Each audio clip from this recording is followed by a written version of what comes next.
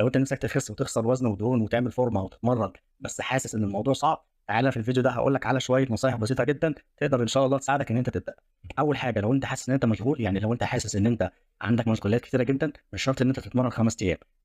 ينفع جدًا إن أنت تتمرّن يومين بس في الأسبوع أو 3 أيام بس في الأسبوع وهتعمل نتيجة كويسة، وبرضه مش لازم في الgym، لو أنت عايز تتمرّن في البيت بوزن جسمك أو بدمبلين هتقدر تعمل كده ما فيش أي مشكلة وهتحقق نتيجة كويسة. الحاجة التانية، لو أنت مشكلتك في الdiet إن أنت بتجوع كتير جدًا، هاقول لك تعمل إيه، اعمل عجز في السعرات قليل، تمام، يعني اعمل عجز في السعرات قليل يكون 500 أو 600 كالوري، وقسّم الوجبات بتاعتك على 4 وجبات، ما تقسّمهمش على 2 أو 3، قسّمهم على 4 وجبات. لو قسّمتهم على 4 وجبات والتزمت بيهم فترة، هتبتدي تحس إن أنت ما بقيتش تجوع في الdiet.